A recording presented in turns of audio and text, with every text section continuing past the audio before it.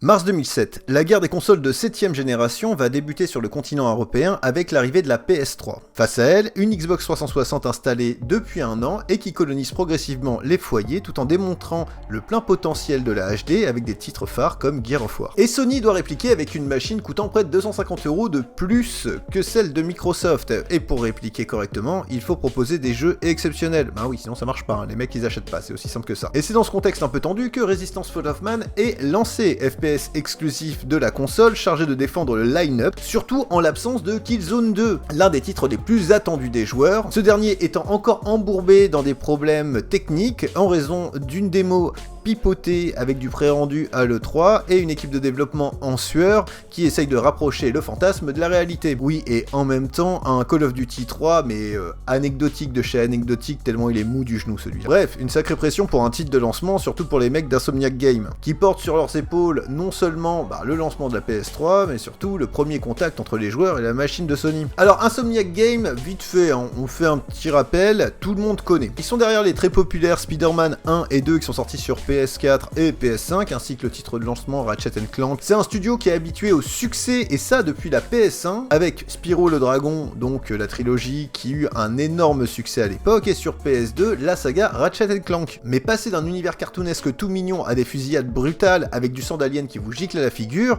et ben ça c'est un grand écart, je dirais, qui est digne de Jean-Claude Van Damme. Resistance mixe les genres populaires de l'époque en proposant une uchronie mêlant Alien et Seconde Guerre mondiale. Et ça c'est la force de Resistance, c'est avant tout son univers. Ce mélange des styles avec des affiches de propagande détournées et son contexte sombre et poisseux, une sorte de milkshake assez équilibré entre Call of Duty et Halo. Le jeu pousse le joueur dans un contexte désespéré où les chimères ont envahi une bonne partie de l'Europe, ces aliens mystérieux provenant de la Russie, et où le dernier rempart de l'humanité se trouve en Angleterre. Vous, le petit soldat américain, armé de votre M5A2 et de votre courage, et vous allez embarquer pour le vieux continent de manière à repousser ces saloperies d'aliens. Alors avouons-le tout de suite, le scénario il est à la limite d'une série B, mais ça passe bien malgré tout. On consomme l'histoire comme un film de guerre, avec des pop-corn, des séquences qui explosent, du blockbuster hollywoodien. Il y a des scripts, une narration en creux, un héros...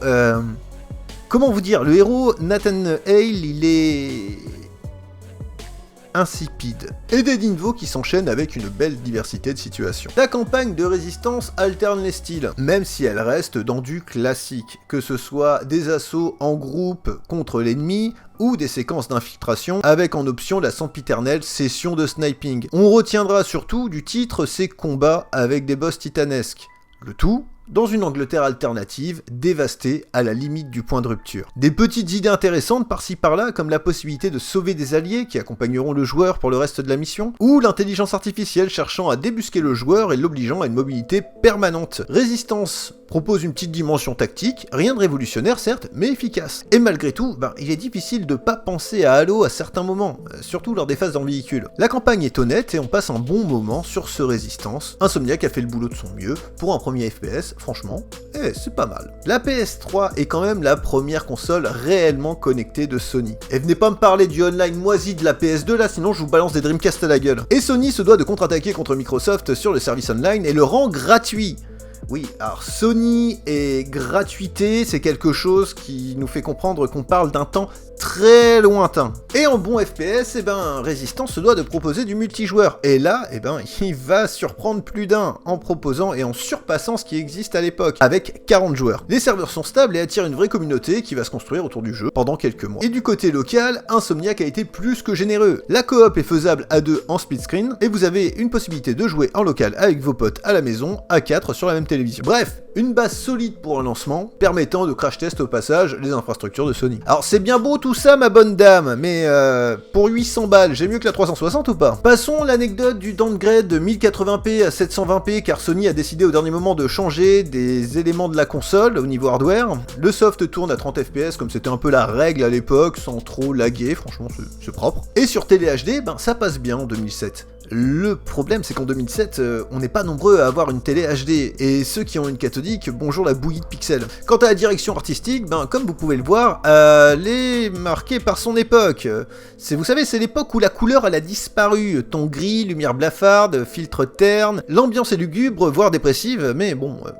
ça fonctionne. Le moteur physique, lui, fait le job. Les arpacks, les explosions, les destructions d'environnement sont réalistes et impressionnent pour un jeu de 2006. Et c'est là qu'on arrive avec la polémique des familles, parce que c'est toujours rigolo les polémiques. En juin 2007, c'est l'église d'Angleterre qui commence à râler. Et oui, il y a un niveau en fait qui se passe dans la cathédrale de Manchester, et l'église justement d'Angleterre va dire Sony, vous encouragez les pratiques violentes à l'intérieur de notre église, surtout dans un lieu sacré, retirez le jeu de vos rayons. En plus de ça, elle exige des excuses publiques et des dons de la part de Sony pour les victimes de crimes violents. Bon, alors Sony tente de calmer le jeu, rappelant qu'il s'agit de la fiction, etc., que la cathédrale n'est pas modélisée à l'identique. La justice, évidemment, donne raison à Sony. La cathédrale est un édifice public, il n'a pas été violé légalement. Et l'ironie du sort, c'est que cette affaire, ça a ramené énormément de visiteurs à la cathédrale de Manchester, essentiellement des gens qui ont fait le jeu, et ceux qui en avaient entendu parler aux infos.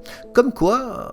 il y a un mal pour un bien. Bon, alors en conclusion, Résistance, c'est un bon soldat. C'est un FPS solide, il faut l'avouer, bien ficelé, et surtout, essentiel au lancement de la PS3. Il rivalise pas encore avec Halo, et non. Et encore moins avec Bioshock qui sortira quelques mois après. Mais il pose les bases d'une série prometteuse, qui s'étoffera avec Résistance 2 et Résistance 3. Aujourd'hui, il reste comme un témoignage précieux de cette époque. Celle où Sony misait sur des ambitions techniques, les polémiques imprévues, et les FPS aux couleurs grises.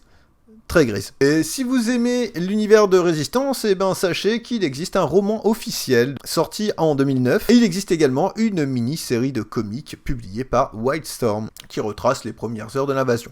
Voilà, c'était le petit test et un petit retour dans le passé avec Résistance, j'espère que vous avez bien aimé. Si vous avez aimé surtout, likez et commentez.